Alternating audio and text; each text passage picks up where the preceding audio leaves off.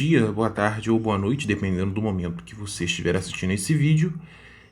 Como foi prometido, esse é o primeiro vídeo onde iremos tratar o primeiro modelo atômico desenvolvido após a Grécia Antiga. O modelo atômico de Dalton, de John Dalton, nada mais foi do que um resgate desse pensamento da Grécia Antiga. Esse pensamento veio do Demócrito e do Leucipo, dois filósofos desse período, e esse pensamento acabou se perdendo no tempo, e John Dalton fez o resgate tão imprescindível, não é verdade? O modelo atômico de John Dalton foi desenvolvido pelo mesmo em 1808.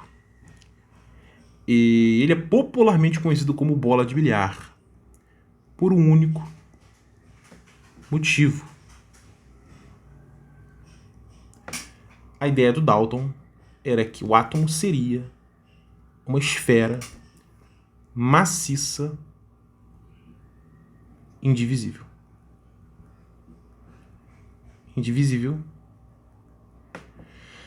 E que tudo seria formado por essa partícula extremamente pequena, indivisível. E as mesmas seriam neutras.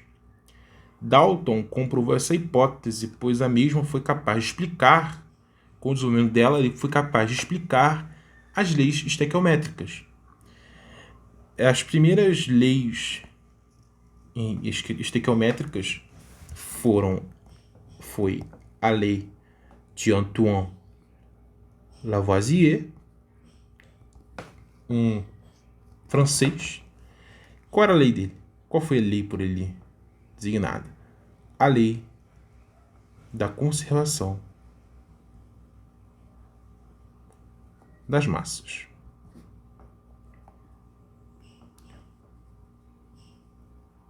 Certo? O Dalton foi capaz de explicar essa lei a partir do seu modelo atômico. Lembrem-se, a conservação das massas é uma reação que poderia ser explicada por essa hipótese. Tá ok? E a segunda lei, que esse mesmo modelo proposto por ele foi capaz de explicar, foi a lei de Proust. A lei de Proust, a lei das proporções contínuas. Ele foi capaz de explicar essas duas leis. Dalton também foi capaz de dar uma explicação macroscópica para as leis propostas, essas duas leis, explicando esse fenômeno de seguinte forma: como a matéria é construída por bolinhas, e chamava realmente por bolinhas, por bolas de bilhar, cada bola é um átomo de um elemento que se diferem dependendo da sua massa, portanto, dependendo do elemento químico em questão. Como o átomo é indivisível, nós temos, quando ocorre uma reação, apenas um rearranjo desses átomos para assim formar uma substância. E como o número total de átomos são os mesmos antes e depois da reação ter acontecido, a massa também seria a mesma. Então, a lei de Proust foi explicada. E a lei de Lavoisier também. Dalton ainda vai além e diz que, dependendo da quantidade, pode-se formar outras substâncias, pode-se formar moléculas diferentes, dependendo apenas da quantidade de átomos presentes na reação. Um exemplo que nós podemos dar em relação a isso, ao que ele propôs, ao que ele disse, é que, por exemplo, uma reação entre carbono, um átomo de carbono com dois átomos de oxigênio, poderíamos ter a formação do dióxido de carbono. E a mesma questão pode acontecer, por exemplo, se tivermos um carbono e um oxigênio. Nós teríamos formação do monóxido de carbono.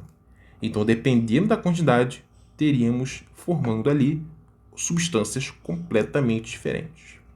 Eis que surge a lei por ele proposta, que é a lei das proporções múltiplas, certo? Onde, com os mesmos elementos, é possível formar outros compostos, dependendo unicamente da quantidade de átomos na reação, certo? A lei das proporções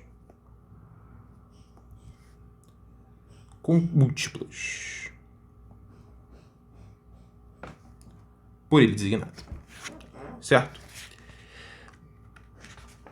Então, como forma de resumo, esse modelo atômico ele é bem simples. Foi o primeiro, né? Ele foi o primeiro modelo, definido mesmo como modelo. E um resumo básico. O modelo atômico de Dalton, desenvolvido em 1808, intitulado como bola de bilhar pelo mesmo, ok? Futuramente nós veremos que alguns nomes na ciência são associados a certos cientistas, só que os mesmos não faziam nem ideia, não fazem nem ideia, e nunca disseram nada a respeito, e é associado. Basicamente, uma bola indivisível, uma esfera neutra, lembrem-se disso, isso é um problema. Hoje nós sabemos que átomos não são neutros, correto? Que se assemelham a uma bola de bilhar. O que caracteriza o átomo para Dalton é a massa.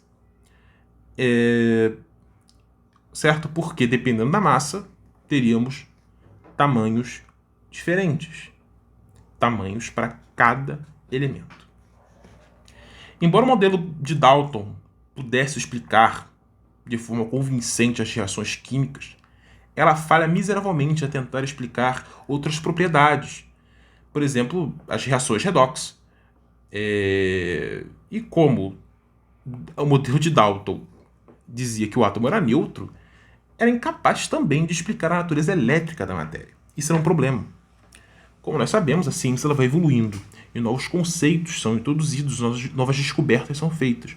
E isso modifica uma teoria anteriormente vigente. Certo? Como eu disse antes, é bem simples, é bem básico, mas é interessante nós entendermos a formação de uma teoria, certo?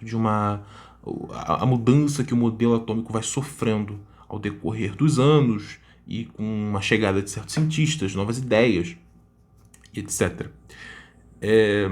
Agradeço mais uma vez pela atenção e bons estudos.